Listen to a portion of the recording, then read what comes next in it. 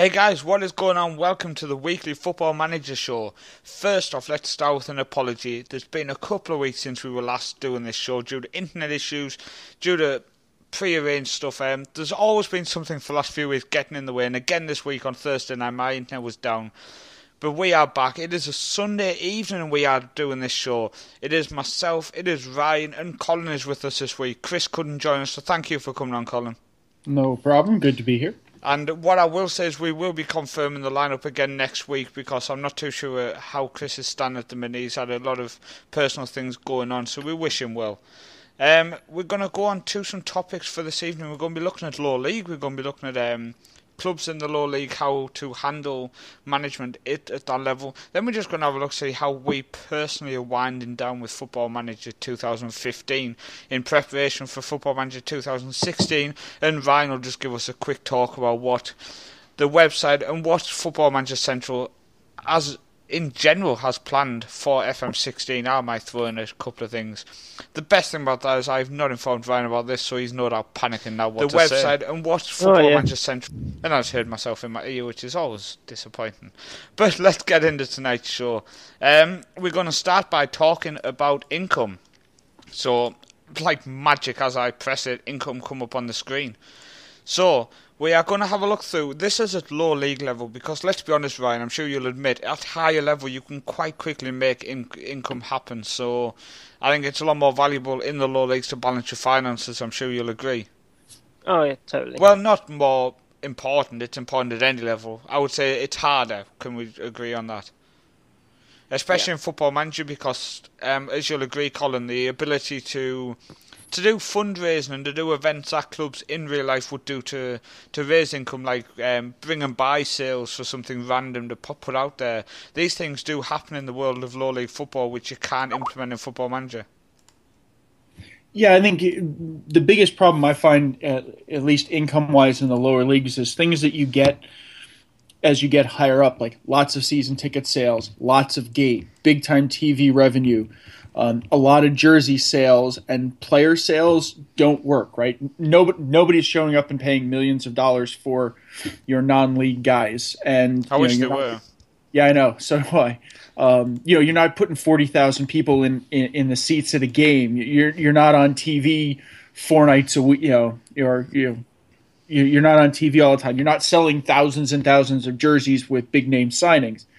For the most part, you pretty much have to do well in the cups, and control how much money you're putting into salaries in your players, and that's pretty much gonna be the bulk of what you kind of pull out. You'll end up with match day income, as you can kind of see from the picture that's there. You'll get gate receipts, and the better you're playing or the more over expectations, you'll get a bump in it.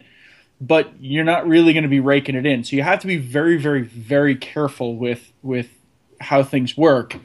As you progress higher, you'll make more. If you have the same level of sort of diligence, you'll make plenty of money. But you need to be careful with it at these lower levels. Yeah, definitely. What we're going to do is just going to have a look down the income side of things and just see what we can work towards and what people literally have to bypass, basically. And what I will say is I did release a finance guide which got a Sports Interactive fan site of the week. Just as Football Manager 2015 come out, it's actually the first fan site of the FM15 series, which was something to be proud of. So if people want to check that out, but we're going to just have a run through it tonight in a bit more data and also a bit more experience because every single Football Manager works slightly different. So we've had a chance now to play all the way through, and it kind of gives us a little bit of a base to get ready for FM16 almost. Just quickly downside, Mark, thank you very much for hosting this as well, so on your channel, and also good evening. So Colin, the first one is the gate receipt. Now, income at low levels, gate receipts is vital, and we would no doubt say the first thing to do in terms of that is pre-season friendlies. Now, what I would say, Colin, is I do find that going away for pre-season friendlies to a level can be more valuable. Obviously, if you are very low down, the board won't sanction long away days, even in the same country, which I've seen. So you do have to get clubs to your ground at a point. Yeah, I think you do. I agree. I think away is key, right? Because you don't have to pay to keep your stadium open, and you just collect your portion of the receipts. So I think that's a key aspect of things. But yeah, I think you have to keep it in balance. I think the other side too is as a lower league team, your guys aren't going to be playing as often. So getting fitness and keeping them up and getting them, sort of recovered for games creates sort of a real balancing act that you have to do at that level because, it becomes very, very difficult, especially, where this screenshot is off just below the Vanarama North and South. Yeah, my guys take a full week to get back on games. They train, twice a week.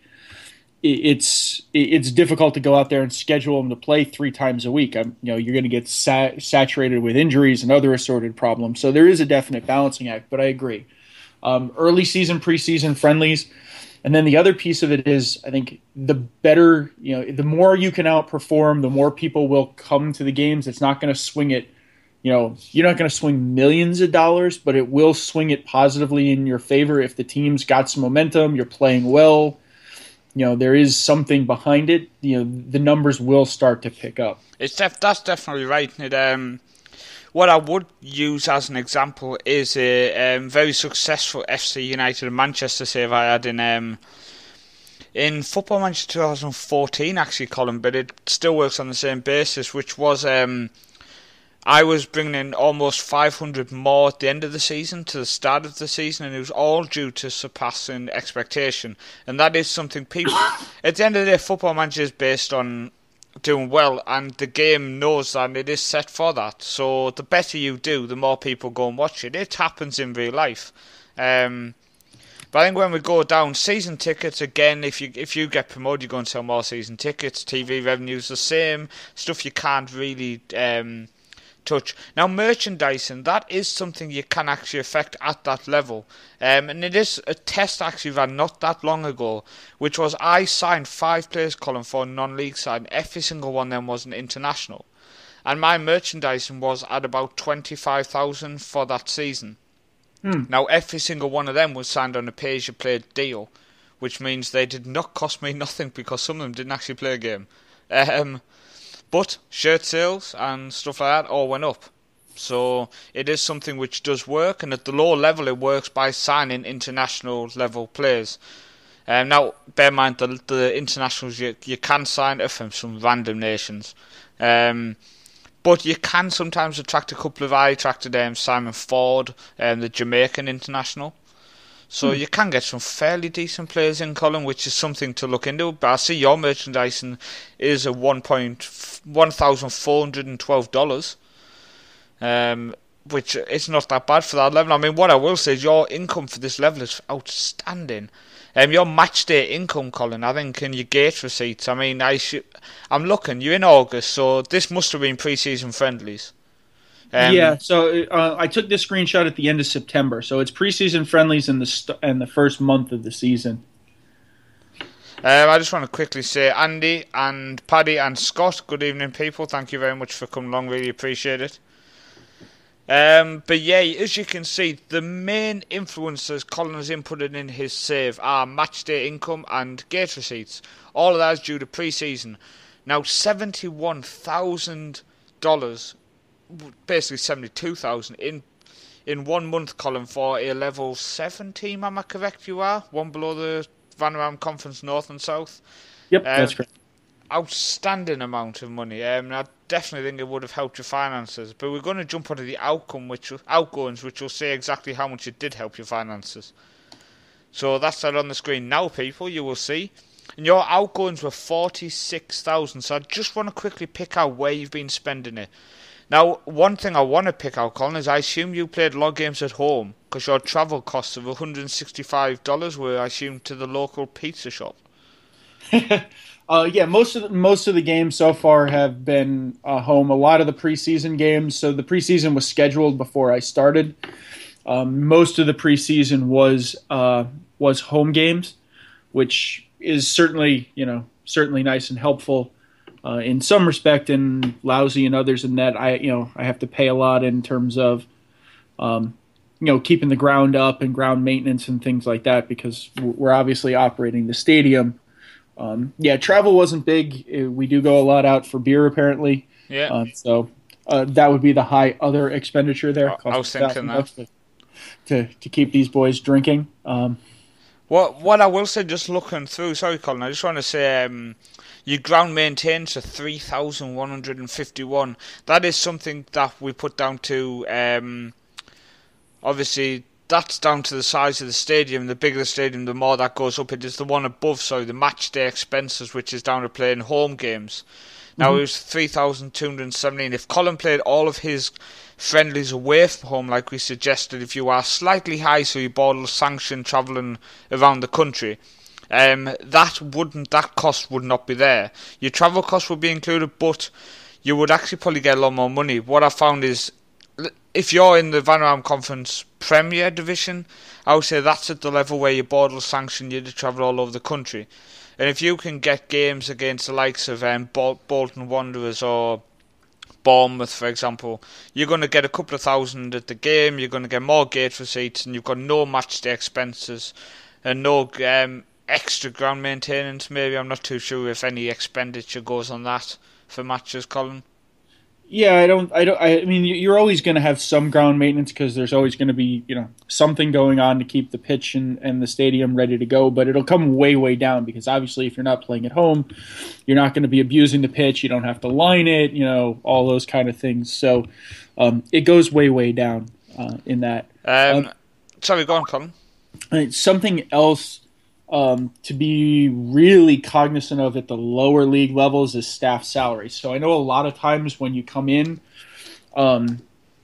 you typically don't have a full staff, and a lot of people, the first things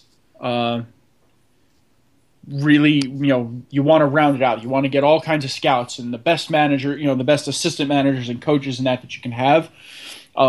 And it's a very, very quick way to send your club into the red very fast. I tend to be very, very careful with it. I'll expand scouts slightly, especially if I think I have a shot to go up a level, so that by about mid-season I'll expand scouts so I can focus on more knowledge for going up. But keep your staff. They're not going to have huge influences. Your guys don't train enough while you're playing to really overbalance it. So having 36 coaches who are mediocre at everything really isn't going to sway anything. So be very, very careful with staff salaries.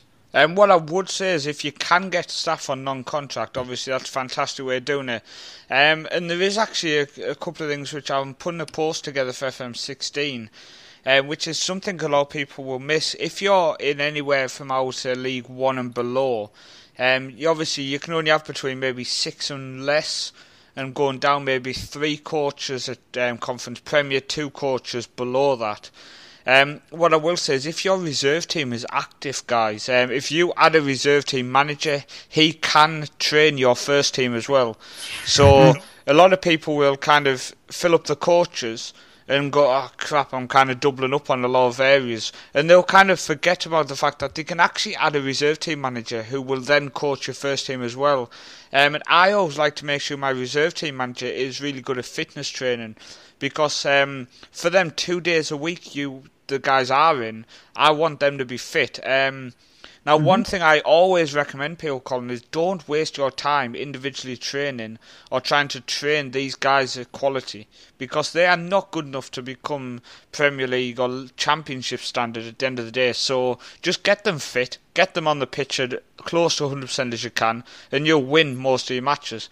So that's another reason why I will focus so much on making sure I have at least a coach, or my reserve team manager is a qualified fitness coach basically, and I will just fitness coach my players all throughout the season. And I will find from December onwards is when I start to, if not already winning the league, I will start to move up the table, because I end up, Colin, finishing the season as by far the fittest team in the league.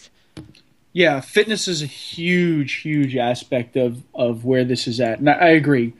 A lot of people, setting up a lot of training to get guys with fancy passing skills or staying back or moving forward or killer balls is mostly a waste of time at this level.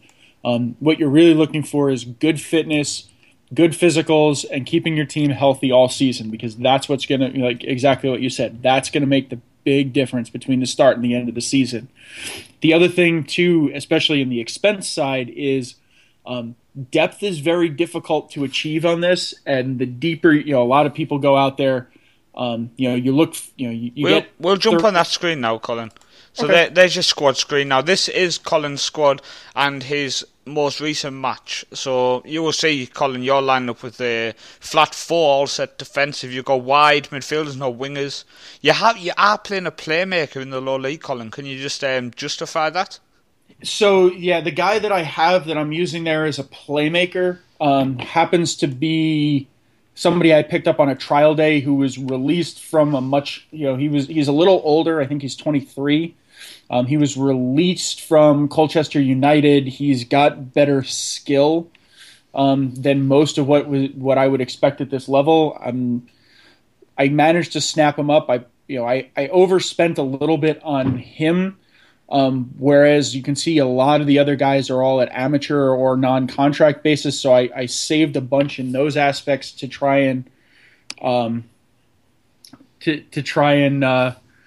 spend more money on him, just because he's got a lot of potential to go up a couple of levels with me, at least to the Conference Premier, if not League One or League Two rather. So he's got a lot of potential in there. So that's why I have him in there, and he does make quite a bit of difference when he's playing. The rest of the team, you can see I play pretty straightforward. It's mostly pretty cut and dry, basic. I'm just I was going to say I'm looking through what you've got set up and how you've got set up. Obviously, you've got the basic setup of having the deep line forward on the opposite side to the guy who's going to be pushing up in terms of the playmaker. And you've got the 2 wide midfielders, which I'm not a big fan of that role, but in the low leagues it does work fairly well. What I will say is it is nice to see that you've got your goalkeeper, you've got a centre back, you've got your playmaker, and you've got your striker, all are averaging at the highest in the club, which shows obviously, as everybody always says, you want that solid line, don't you, through the middle. If you have that solid line, the rest of the team will fit around it, which is always nice. Mm-hmm. What I do want to point out as well is something which I mentioned to you, the fact you've got 2 left backs on the bench, you've got 2 centre mids, you've got a guy who can play on the wing and in the middle, and then you've got a centre back. There's no goalkeeper, there's no backup striker, there's no natural wingers, I would say, unless Harry Baker is one. So again, it's the tough times at the low leagues. I mean, no doubt you've had to play them left backs in the middle at some point. Yeah, so I've been trying to snag some guys up. So there's 2 guys that are injured. So my backup striker and my sort of backup wing guy on the right side are both injured. But yeah, you kind of take a little bit of what you can get when you can get it. So I look at guys as, so I have the 2 left backs. One of them has been a card headache, so he's less than ideal. The other one's a real youngster, so somebody else I'm trying to get in. So something I like to do when I start lower league management is I look for under 21s that I can get in on amateur contracts that I can stick into my reserve team to start building up to start funneling in to the squad a little later. This case, I'm bouncing some guys, so I have a guy who's suspended for another couple of matches, so he'll come off the bench there. But yeah, you end up having to put guys in weird places. The best I can recommend is look at, you spend a lot of time with stats and attributes looking for guys that can do mixed places. As long as you can do mixed places, then they're all they're pretty good guys. Even though their natural positions may or may not tell you they can do it. But yeah, you're going to play guys in weird places. You're gonna suffer a little bit at it, but you just have to have a good eye for attributes and go for broke. Fantastic. And what we're going to do is just going to go back to your outgoings. It's just something which I've picked up on, which I'd just like to discuss the possibility with you. Sure. Which is your the staff salaries can't really be dealt with at the minute without compensation, but the player salaries, Colin, in total, including bonuses last month, you were at just over $10,000, and this month already you spent 3.6 on bonuses. So your bonuses are up this month compared to last month. What I would say is, have you started looking at which players haven't performed so far this season and maybe getting them off the wage bill and onto non-contract, and also the players who are performing, maybe get them off pay-as-you-play, because a lot of times you will have 2 games a week, for example. So if them guys are playing every game and you're paying them £100 appearance fee, maybe it's worth considering giving them a £150 contract and a £25 appearance fee or a £20. So them weeks where you're playing 2 games, you might save a couple of pounds. Yeah, I've started to take a look at it. I've been trying to make some moves to get rid of it. I had one. I managed to transfer the highest guy off my wage bill at the start of the season.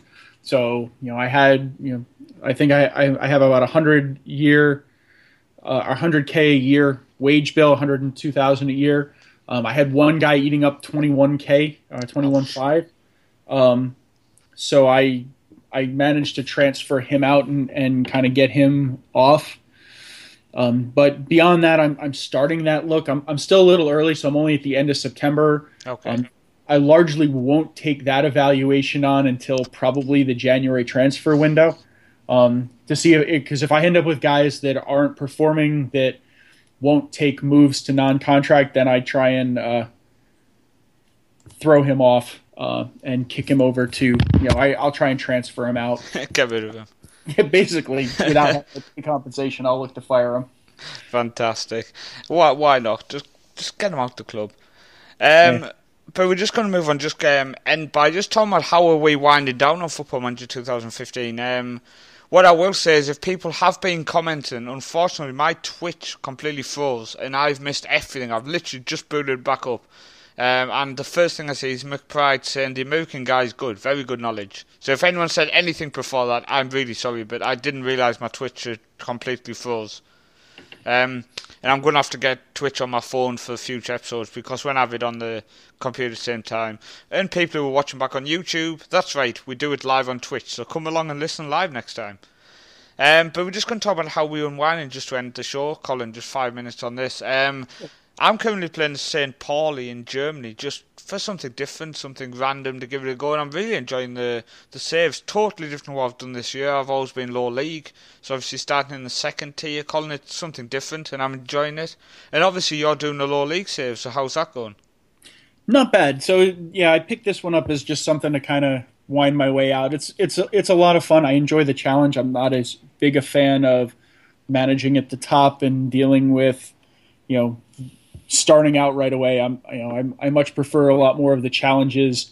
I find that at these lower leagues, your understanding of the game and how to effectively use players and really set tactics to let them get the best out of it is much more important. If you have $100+ million transfer budget and effectively an unlimited wage budget, you can almost put together a team of superstars that has to win by definition. So I prefer playing down here where it's a lot, there's a lot more challenge, a lot harder to kind of work your way up through the leagues, and I find it a lot more satisfying. So I'm taking this through one last shot before FM16 comes out, and then we have to get into it all over again. Start from the beginning and scratch your head again at what's going wrong. Which is always fun. But that's it for tonight's show. Just as we say, we apologise for coming out a few days late, but we've obviously had a lot of issues this week, and hopefully we'll be back to Thursday nights for next week. So thanks for coming on, Colin. Anytime. Ryan would like to apologise. He's just been caught up with some issues at home. But we will all be back tomorrow night, Colin, for the Monday night show. Absolutely. Fantastic. So thank you guys for listening. I really appreciate everyone who's come along, and we will see you all